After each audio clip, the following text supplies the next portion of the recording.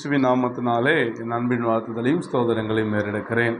இந்த காலை வேளையிலே உங்களை சந்திப்பதில் நான் மிகுந்த மகிழ்ச்சி அடைகிறேன். ஒவ்வொரு மாதமும் நம்ம ஒவ்வொரு வசனத்தை சொல்லி தியானம் பண்ணி ஜெபிப்பது உண்டு. அநேகர் எங்கிட்ட கேட்டது உண்டு, வசனத்தில் நீங்கள் ஜெபம் பண்ணுங்க ஐயா, காலையில் ஒரு வசனம் போடுங்க ஐயா, அதை நாங்கள் கேட்கும் போது எங்களுக்கு ரொம்ப ஆறுதலாக இருக்குன்னு சொன்னதுனாலையும் நான் ஆண்டோட ஜெபம் பண்ணி மக்களுக்காக ஜெபம் பண்ணி ஒரு வார்த்தையை நம்ம சொல்லுவோம் அப்படின்னு சொல்லிட்டு தான் போடுறேன். இந்த உலகத்தில் கொடுக்கப்பட்ட எல்லா வார்த்தைகளும் உண்மையாகவே வேத வசனங்கள் எல்லாமே உங்களுக்காக கொடுக்கப்பட்டது, எனக்காக கொடுக்கப்பட்ட வாக்குத்தத்தம் தான். அதை நீங்கள் ஒரு நாளும் மறந்துடாதீங்க. இன்றைக்கி ஒரு நாள் சொல்கிறதுனால அது வாக்குத்தத்தம் இல்லை.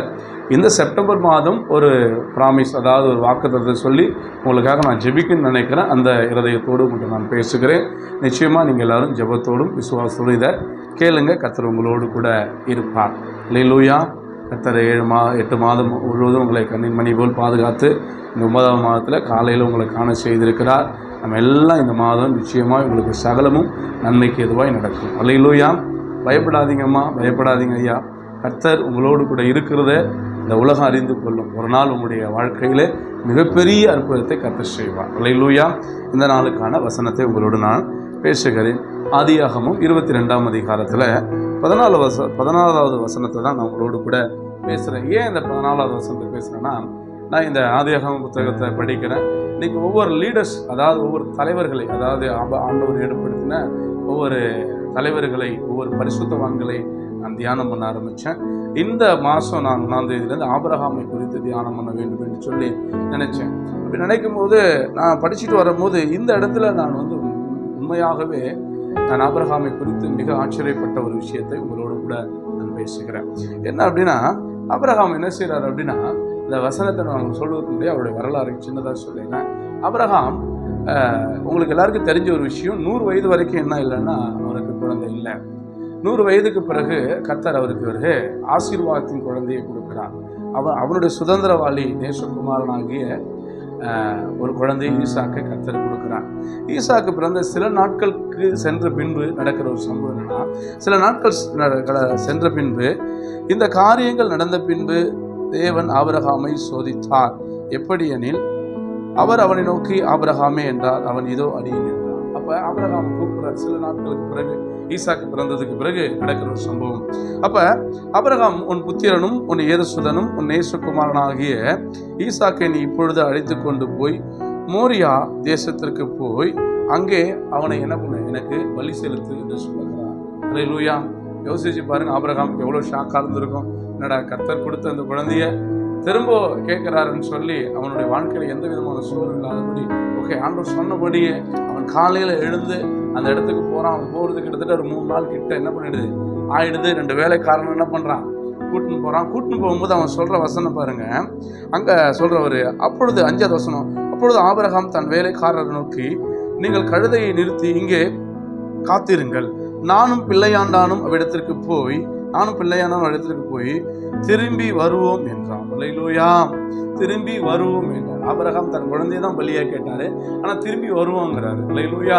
அப்ப ஆபிரகாம் என்ன பண்ண, தன் பிள்ளை எடுத்துக்கிட்டு அந்த மலை மேலே ஏறும் பொழுது அங்க நடக்கிற ஒரு காரியத்தை மாத்திரம் கேளுங்க. ஆபிரகாம் தகன பலிக்கான கட்டை எடுத்துக்கொண்டு தன் குமாரனாக ஈசாக்கையும் வைத்து கையிலே நெருப்பையும் கத்தியையும் எடுத்துக்கொண்டு என்ன பண்ணான், இருவரும் கூடி போனார்கள். அப்பொழுது ஈசாக்கு தன் தகப்பனை ஆகிய ஆபிரகாமை நோக்கி, என் தகப்பனே என்றான். அதற்கு அவன், என் மகனே என்றான். இதோ இருக்கிறேன் என்றான். அப்பொழுது அவன் கேட்கிறான், இதோ நெருப்பு கட்டைகள் இருக்கிறது, தகன பலிக்கான ஆட்டுக்குட்டி எங்கேன்னு சொல்லி. இப்போ ஈசா கேட்கிறாரு, எத்தனை வயசுல, 100 வயசுக்கு பிறகு பிறந்த குழந்தை கேட்கிறாரு. ஈசாக்கு என்ன கேட்கிறாருன்னா, எங்க ஆடுன்னு கேட்கிறாரு. அதுக்கு அவர் சொல்றாரு பாருங்க, அதற்கு ஆபிரகாம், என் மகனே, தேவன் தமக்கு தகன பலிக்கான ஆட்டுக்குட்டியை பார்த்து கொள்ளுவார். அல்லேலூயா. அல்லேலூயா.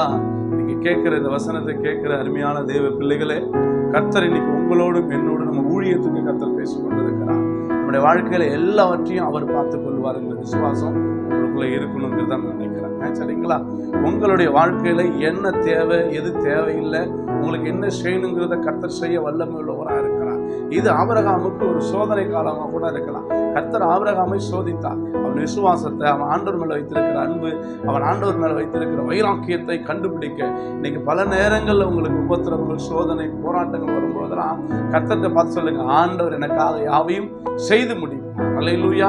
ஆண்டவர் உங்களுக்காக எல்லாவற்றையும் செய்ய வல்லமை உள்ளவராக இருக்கிறார். இப்ப ஆண்டவர் பாருங்க, கர்த்தர் எல்லாத்தையும் பார்த்துக் கொள்வார். அதுதான் இன்னைக்கு உங்களுக்கு வாக்குத்தத்தமாய் ஒரு செய்தியை நான் சொல்லுகிறேன். 22ஆம் அதிகாரம் 14வது வசனத்துல வாசிக்கும் பொழுது 14வது வசனம் சொல்லுது, ஆபிரகாம் அந்த இடத்திற்கு யெகோவா ஈரே என்று பெயரிட்டான். அந்த இடத்துக்கு யெகோவா ஈரே என்று பெயரிட்டான். அதனாலே கர்த்தருடைய பர்வதத்திலே பார்த்து கொள்ளப்படும். அல்லேலூயா. கர்த்தருடைய பர்வதத்திலே பார்த்து கொள்ளப்படும். கர்த்தர் உங்களுக்காக வைத்திருக்கிற திட்டங்களிலே, கர்த்தர் ஆவிக்குரிய ஜீவியத்திலே, கர்த்தர் நீங்க இருக்கிற விசுவாசத்துல, உங்க வாழ்க்கையில இருக்க எல்லா விதமான காரியத்திலையும் அவர்கிட்ட எல்லாம் பார்த்து கொள்ளப்படும். நீங்க விசுவாசிங்க. இதை கேட்கிற தேவ பிள்ளைகளே, நீங்க கண்டிப்பா விசுவாசிக்க வேண்டும். விசுவாசத்தோடு இந்த வசனத்தை கேளுங்க. இந்த மாதம் முழுவதும் கர்த்தர் உங்களுக்காக யாவையும் செய்து முடிக்க போகிறார். அவருடைய பர்வதத்திலே உங்களுக்கு எல்லாம் பார்த்து கொள்ளப்படும். எல்லாம் பார்த்து கொள்ளப்படும். ஆபிரகாமை கர்த்தர் சோதித்தாலும் அவருடைய விசுவாசத்தை பார்க்கிறார். நீங்க கர்த்தர் இந்த மாதத்துல ரொம்ப விசுவாசமா இருங்க. சோர்ந்து போயிடாதீங்க. ஒரு விஷயம் நடக்கலையே, இல்ல போராட்டம் இருக்கா, பிரச்சனை இருக்கா, ஐயோ இந்த போராட்டத்துல ஒரு விடுதலையே கிடைக்கலையே அப்படின்னு சொல்லிட்டு நீங்க ஏங்கி நிக்கிறீங்களா? கர்த்தர் சில நேரங்கள்ல மனிதர்களை சோதிக்கலாம். எதற்காக சோதிப்பார்னா, உங்களோட விசுவாசத்தை பார்ப்பாரு. நீங்க ஆண்டவர் மேல எவ்வளவு அன்பு வச்சிருக்கீங்கன்றதை பார்ப்பாரு. நீங்க ஆண்டவருக்குள்ள எவ்வளவு வைராக்கியமா இருக்கீங்க, ஆவிக்குரிய வாழ்க்கையில் நீங்க எவ்வளவு வளர்ந்துருக்கீங்க என்பதை அவர் பார்ப்பாரு. நீங்க ஆபிரகாமை அவர் சோதிக்கும் போது அவன் ஆவிக்குரிய ஜீவி எவ்வளோ எண்ணமா இருந்திருக்கும். இப்ப கர்த்தர் பாருங்க, ஆபிரகாம் போறாரு, போய் அந்த மலை மேல ஏறி கட்டைகள்லாம் அடிக்கிட்டாரு. அடிக்க என்ன பண்றாரு? எல்லாத்தையும் வச்சுட்டாரு. ஈசாக்கி கட்டி மேல வச்சுட்டாரு. வச்சு பலி செலுத்தும்படியாய் தன் கையை நீட்டி கத்தி எடுக்கிறார். அல்லேலூயா. வசனம் அதான் சொல்றது பாருங்களேன். இப்ப தேவன் ஆபிரகாமுக்கு சொல்லியிருந்தபடி இடத்துக்கு வந்த பொழுது அங்க நடக்கிற சம்பவம், பின்பு ஆபிரகாம் தம குமாரனை 10 வசனம் குமாரனை வெட்டும்படிக்கு தன் கையை நீட்டி கத்தியை எடுத்தான். அல்லேலூயா. கடைசி ஃபைனல் போயிட்டான். கத்தி எடுத்து வெட்ட போயிட்டான். யோசிச்சு பாருங்க, எவ்வளவு தன் பிள்ளையை காட்டிலும் ஆண்டவர் மேல அவனுக்கு எவ்வளவு பெரிய அன்பு இருந்தா, தன் 100 வயதில் பெற்ற குழந்தைய கூட வெட்டுவதற்கு துணிகிறான். அப்படின்னா அந்த பிள்ளையை காட்டிலும் ஆண்டவர் மேல அவ்வளோ நேசம், அவ்வளோ அன்பு, அவ்வளோ என்ன சொல்றது. இதை கேட்கும் பொழுதுதான் எனக்கு இப்படியப்பட்ட ஒரு பரிசுத்தமான குறித்து பூமியில வாழ்ந்திருக்கிறாங்கள, நம்ம இன்னைக்கு அந்த பரிசுத்தத்தில் நீதியில் உண்மையிலும் வாழ வேண்டும் என்று சொல்லி கர்த்தர் விரும்புகிறார்.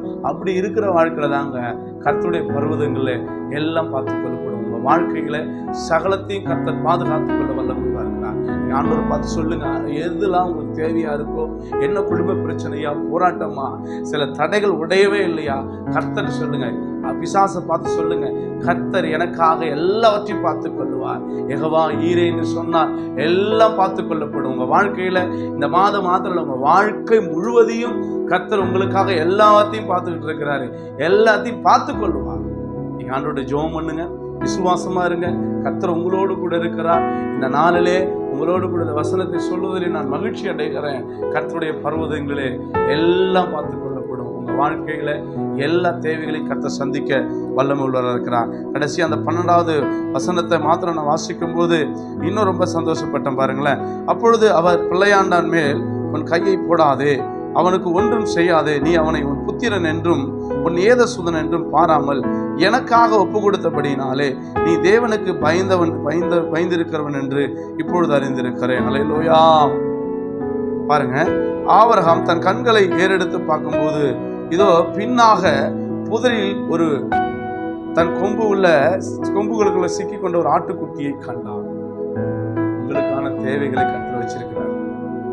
உங்களுக்கான தேவைகளை கர்த்தர் வச்சிருக்கிறார். உங்களுக்கு என்ன தேவையோ அதை ஏற்கனவே ஆயத்தப்படுத்தி வச்சுட்டாரு. ஒரு நன்மை சொல்றீங்களா, ஒரு கெடாவை நீங்கள் பலி செலுத்த வேண்டாம், 3 ஆண்டுகள் இருக்கணும்னு சொல்றாங்க பைபிள் வேதத்துல. ஆனா 3 ஆண்டுகளுக்கு முன்னாடியே கர்த்தர் தயாரி பண்ணி வச்சுட்டாருங்க. இன்னைக்கு ஆண்டவர் சமூகத்தில் ஒப்பு கொடுங்க. உங்களுக்காக எல்லாத்தையும் ரெடி பண்ணி வச்சிருக்கிறாரு. அவர் பருவத்துல எல்லாம் பார்த்துக்கொள்ளப்படும். எதை நினைச்சு சோர்ந்து போகாதீங்க, கஷ்டப்படாதீங்க, விசுவாசமா இருங்க, நல்லா ஜெபிங்க, வேதவசனம் வாசிங்க, நேரத்துக்கு சபைக்கு வாங்க, ஆண்டவருக்காக எல்லாவற்றையும் செய்யுங்க. நிச்சயமாய் கர்த்தர் உங்களுக்காக யாவையும் செய்து முடிப்பார். அதுதான் நான் உங்களுக்கு சொல்ற ஒரு காரியம். இன்னைக்கு வாக்குத்தத்தமாக சொல்றேன், ஆபிரகாம் சோதனையை ஜெயித்தான். இன்னைக்கு உங்க வாழ்க்கையில வரக்கூடிய சோதனைகள், போராட்டங்கள் இருந்து ஒரு வெற்றியை கர்த்தர் கொடுப்பார். கொடுப்பார் என்று விசுவாசிக்கிறீங்களா? இதை கேட்கிற என்னுடைய அருமையான தெய்வ பிள்ளைகளே, இன்னைக்கு ஆண்டவர் உங்களோடு கூட பேசியிருக்கிறார். யெகோவா ஈரே என்று சொல்லியிருக்கிறார். அவர் உங்கள் வாழ்க்கையில் யெகோவா ஈரா இருந்து உங்களுக்கான சகலத்தையும் செய்து முடிக்க வல்லமுள்ளவராக இருக்கிறார். தொடர்ந்து ஜெபம் பண்ணுங்க. இந்த மாதம் முழுவதும் கேளுங்க, ஆண்டவரே நீங்கள் உங்களுடைய பருவத்தில் எல்லாம் பார்த்து கொள்ளப்படும் என்று சொல்லியிருக்கீங்க. வாழ்க்கையில் நடக்கிற உபத்திரவங்கள், போராட்டங்கள், கஷ்டங்கள், கண்ணீர், பிரச்சனைகள், கடன் போராட்டம் என்ன இருக்குது அதெல்லாம் சொல்லி ஆண்டவரை ஜெபம் பண்ணுங்க. எதை குறித்து கவலைப்படாதீங்க, போராட்டத்தை குறித்து கவலைப்படாதீங்க. போராட்டத்தை காட்டிலும் உங்களுக்குள்ள இருக்கிறவர் பெரியவர். உலகத்தில் இருக்கிறவங்க காட்டிலும் உங்களுக்குள்ள இருக்கிறவர் பெரியவர். விசுவாசமா இருங்க. உங்க கண்ணீரை இந்த உலகத்துல யாராலையும் துடைக்க முடியாது, கர்த்தரால மட்டும்தான் துடைக்க முடியும். உங்க கூக்குரலை உங்களுடைய ஜெபத்தை உங்களுடைய நீங்க பேசுறதை யாரும் கேட்க மாட்டாங்க, கர்த்தர் ஒருவர் கேட்பார் என்பதை மறந்துடாதீங்க. இன்னைக்கு அவர் உங்க பக்கத்துல நின்று கேட்கிறாரு, மகனே மகளே உனக்கு என்ன தேவைன்னு கேட்கிறாரு. நீ அவங்க கிட்ட முட்டி போட்டு ஏசப்பா ஆண்டவர்கிட்ட மட்டும் பேசுங்க, ஆண்டவர் மட்டும் விசுவாசிங்க. ஆபிரகாம் ஆண்டவரை மட்டுமே விசுவாசித்தான். நீங்க ஆண்டவர்கிட்ட விசுவாசிங்க, நிச்சயமா உங்க வாழ்க்கையில மிகப்பெரிய அற்புதம் நடக்கும். ஜெபிப்போமா? நம்ம கண்களை மூடுங்க. இருந்த இடத்துல கண்களை மூடி ஒரு நிமிஷம் கண்களை மூடி, அப்பா நம்முடைய பருவத்துல எனக்கு எல்லா விதமான காரியங்களும் பார்த்து கொள்ளப்படும் ஜெபம் பண்ணுவோமா? எனக்கு அன்பான தேவ பிள்ளைகளே, எங்கள் பரிசுத்த பிதாவே, இந்த ஜெபத்தில் கலந்து கொண்டு இந்த வசனத்தை கேட்கிற ஒவ்வொரு பிள்ளைகளுக்காக நான் ஜெபிக்கிறேன். இது ஒவ்வொரு பிள்ளைகளையும் ஆசீர்வதிங்க. உங்கள் வாழ்க்கையிலே இந்த செப்டம்பர் மாதத்தில் இருக்கிற எல்லா பிரச்சனையும் மீட்டெடுத்து அவங்களை ஆசீர்வதித்து அவங்களை வெற்றி சிறக்க பண்ணுவீராக.